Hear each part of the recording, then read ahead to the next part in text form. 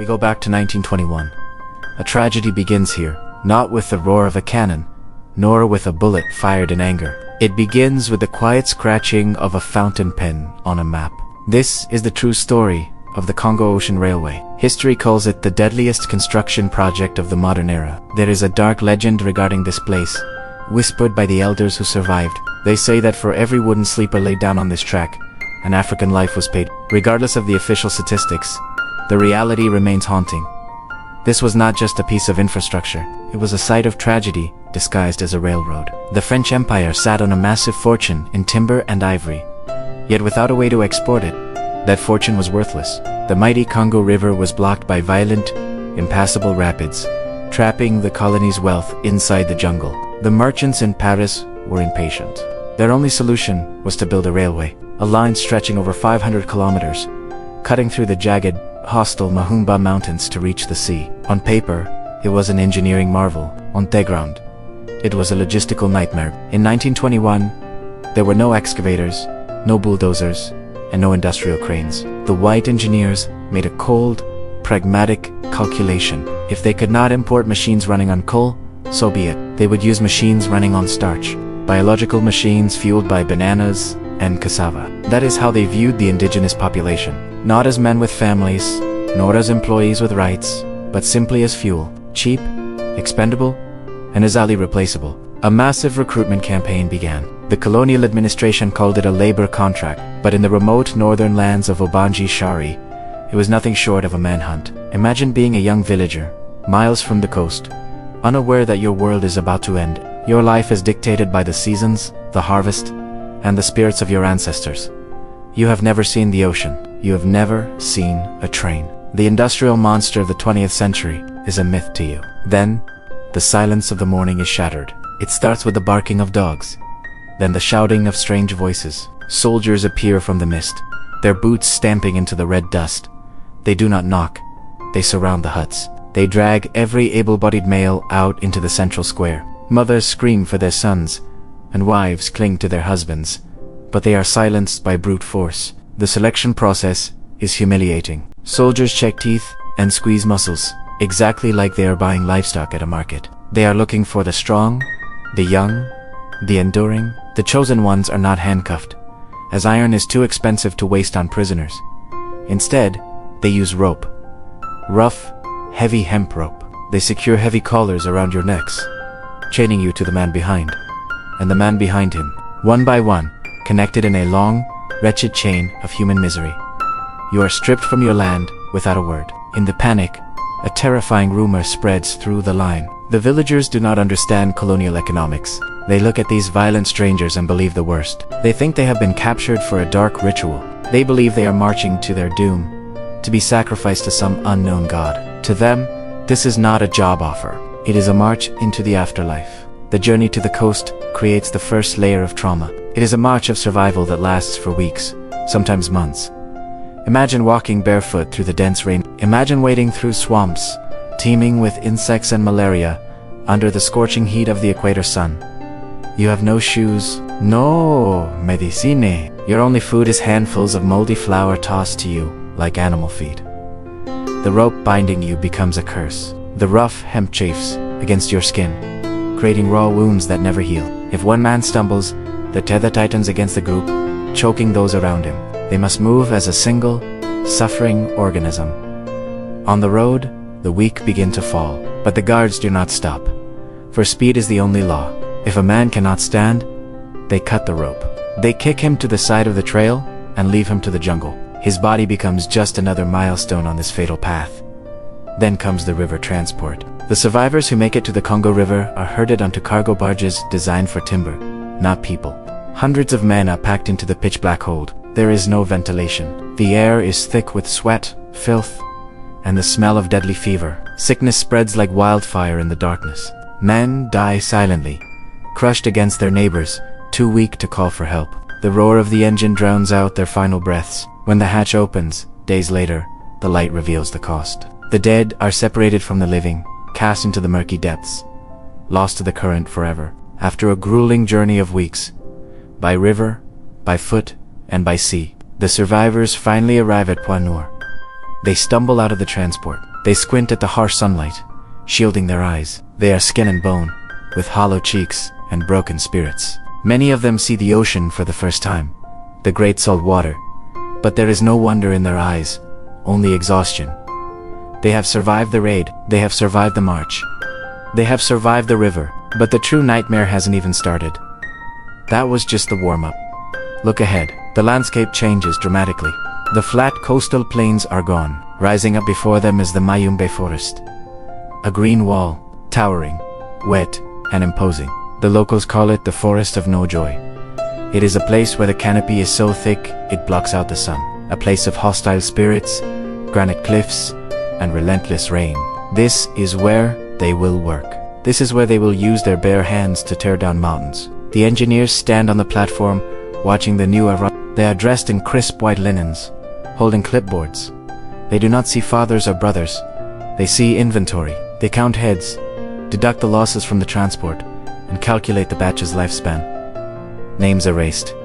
Histories forgotten. These men are now just numbers in a ledger, single-use tools to be used until they blunt, and then discarded. At the transit camp, the tools are distributed. A heavy iron pickaxe, a shovel, and a crowbar. The men hold them awkwardly.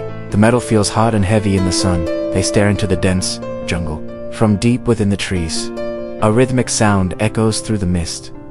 Metal striking stone. It sounds like a funeral bell. They do not know it yet, but they have just stepped into a machinery of doom. The fuel has arrived. The machine is insatiable, and the Congo Ocean Railway is hungry for lives. This is the Mayombe. The locals call it the Forest of No Joy. But to the 20,000 men forced to work here, it has another name. They call it the Machine Breaker, or simply the Green Grave. The first thing that hits you is not the sight of the mountains, but the smell of rot. The humidity is absolute. It rots leather boots and softens wooden handles in weeks. And then there is the rain. It does not just rain here, it pours. For months on end, the sky unleashes a torrent of water, turning the ground into a treacherous slurry of mud and clay. The men do not just walk in this mud.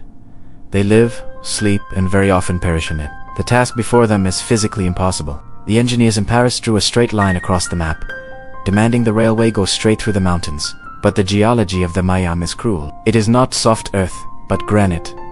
Ancient, solid rock, harder than steel. And remember, this is 1924. There are still no heavy machines, no pneumatic drills. There are only human hands. The sound of construction is inescapable. It is a rhythmic, metallic clinking that never stops. Thousands of men swing heavy iron pickaxes against solid stone. Sparks fly as the shockwave travels up the iron handle, vibrating through the bones of the hands and wrists. A strong man might chip away only a few centimeters of rock in an entire day. It is a battle of attrition, flesh against stone, and the stone is winning. The centerpiece of this nightmare is the Bamba Tunnel, the most critical choke point of the entire railway. To build it, the men have to carve a hole nearly 2 kilometers long, straight through the heart of the mountain. Working inside the tunnel is like working in the throat of a dragon. It is pitch black, with the only light coming from flickering oil lamps, casting dancing shadows on the wet walls. There is no ventilation. The air is thick with rock dust that coats the lungs like cement, making every breath a struggle. The temperature soars, turning the tunnel into an oven where men collapse from heat stroke, their bodies shutting down in the oppressive darkness. But the heat is not the biggest danger. The biggest danger is the dynamite, to blast through the granite. They use explosives, but these are not controlled, precise demolitions handled by experts. These are chaotic blasts handled by exhausted, untrained villagers. They drill holes into the rock face by hand, pack them with unstable dynamite, light a short fuse, and run. Sometimes, they run fast enough. Sometimes, they do not. The explosion rips through the tunnel, deafening everyone inside. Rocks fly like shrapnel. If a fuse is defective, and a man goes back to check, he is lost instantly. The Colonial engineers watch from a safe distance, documenting the progress in their logbooks. They note the meters gained, the explosives used, and the losses. But the math they use is terrifying. Dynamite is imported from Europe and costs money. It is a precious resource. The workers are imported from Ubangishari and cost nothing. If a stick of dynamite is wasted, the engineer is furious. If a worker is lost, the engineer is indifferent. he simply signals for the next man in line to pick up the shovel. The logic of the railway is simple. The rock must be moved, and the human cost is irrelevant. But the mountain has weapons other than rock and gravity. It has biology. The Mayombe is alive with parasites. At night, mosquitoes descend in clouds, making malaria standard. Men shiver with fever as they swing their hammers, their sweat turning cold on their skin. But there is something worse. The tsetse fly carries the sleeping sickness. The bite is almost painless. The parasite attacks the brain. Strong men sit down to rest and never rise again. There is no hospital here. Those who fall sick are moved to the edge of the camp, left to their fate so they do not slow down the work gangs. The psychological toll is even heavier. In the villages back home, death was a ritual, respected and mourned.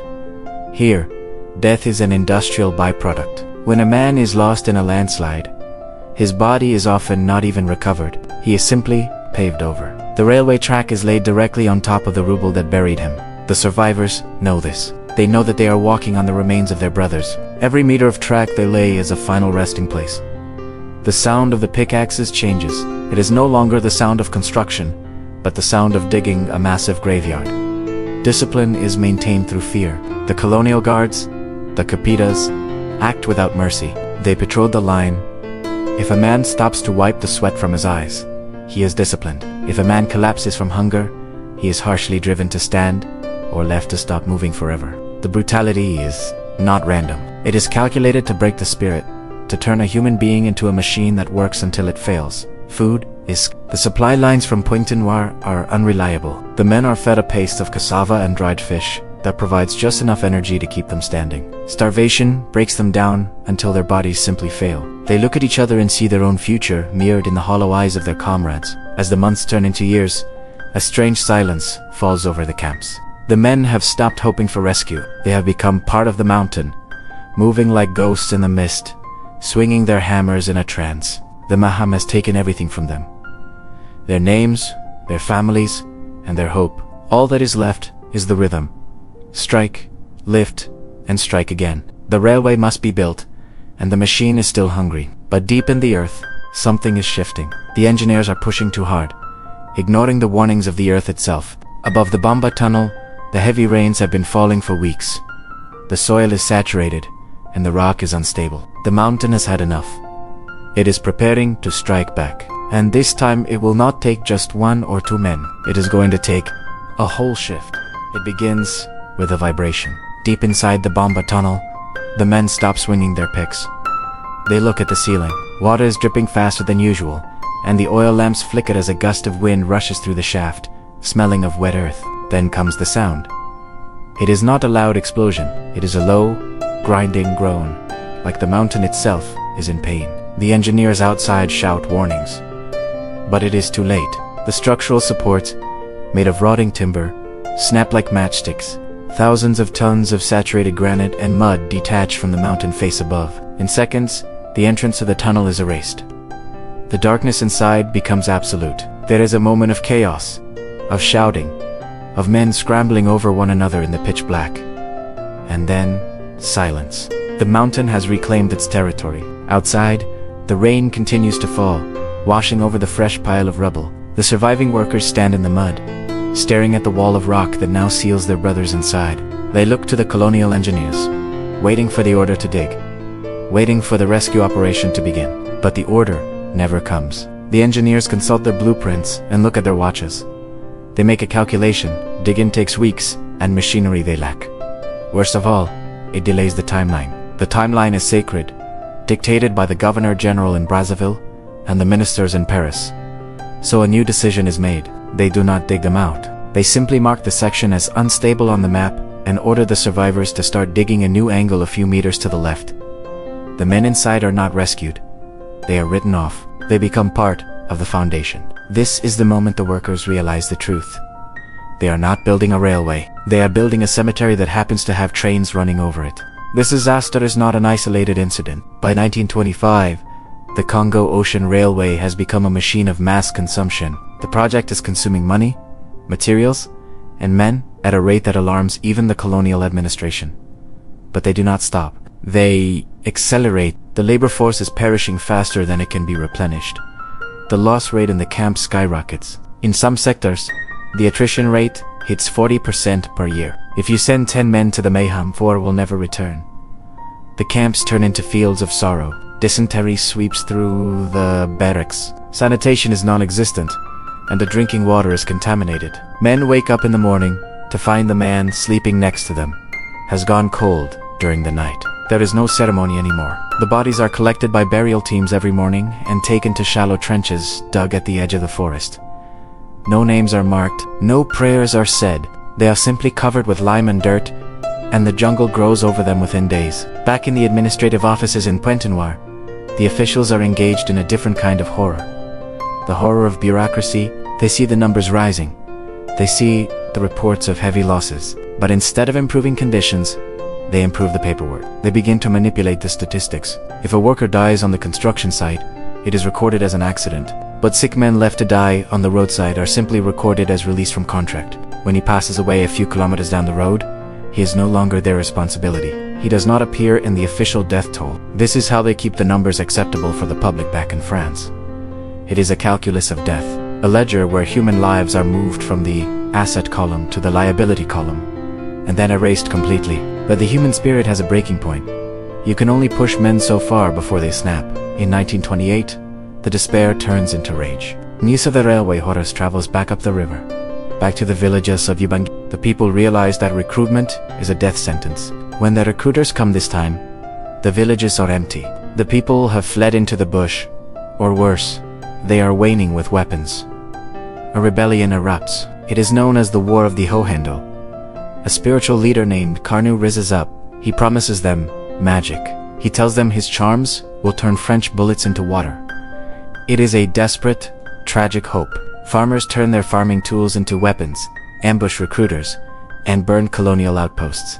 For a brief moment, the machinery of the railway halts. The supply of fresh bodies stops arriving at Pointe-Noire. The engineers are panicked. The project is at a standstill, but the empire does not tolerate defiance. The response is swift and brutal. French troops are deployed with heavy weaponry. They move through the rebel territories with scorched earth tactics. Villages are burned, and livestock is confiscated. The rebels fight with spears and old muskets against modern firepower. Carnot falls in battle. The magic charms do not turn bullets into water. The rebellion is crushed, not by diplomacy, but by overwhelming force. The survivors of the rebellion are put in chains. Their punishment is not prison. Their punishment is the railway. They are shipped down the river in the thousands, filling the gaps left by the fallen. The human rotation is restored. The machine begins to feed again. By the late 1920s, the landscape of the Mayombe has changed. The dense, virgin jungle is scarred. A long, ugly gash of red earth cuts through the green canopy. The tunnel at Bamba is finally finished. It is a dark, damp hole that smells of sulfur and old misery, but the tracks are laid. The first locomotives begin to test the line. They are small steam-powered engines, coughing black smoke into the pristine air. The engineers cheer. They pop champagne corks in their tents and take photographs standing on the front of the locomotive, looking proud and civilized. But the workers do not cheer. They stand on the side of the tracks, watching the iron beast roll past. They look at the wooden sleepers under the rails. They know what lies beneath them. They know that for every meter of progress, a price was paid. The train whistle blows, echoing off the canyon walls. To the engineers, it sounds like victory.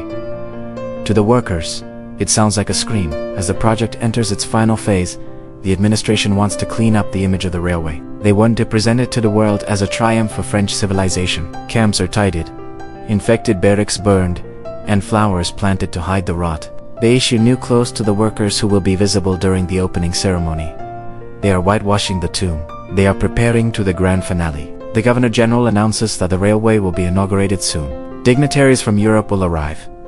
Journalists will come to take pictures. The order is given to hide the sick. Hide the graves, hide the truth. The world must see only the steel and the steam. They must not see the cost. But the ghosts of the Mayombe are not so easily set. The survivors carry the memory in their bodies, in their scarred backs, in their lungs filled with rock dust, in their minds haunted by the darkness of the tunnels. They are the living witnesses to a crime that is about to be celebrated as a victory. The stage is set. The curtain is about to rise on the final act.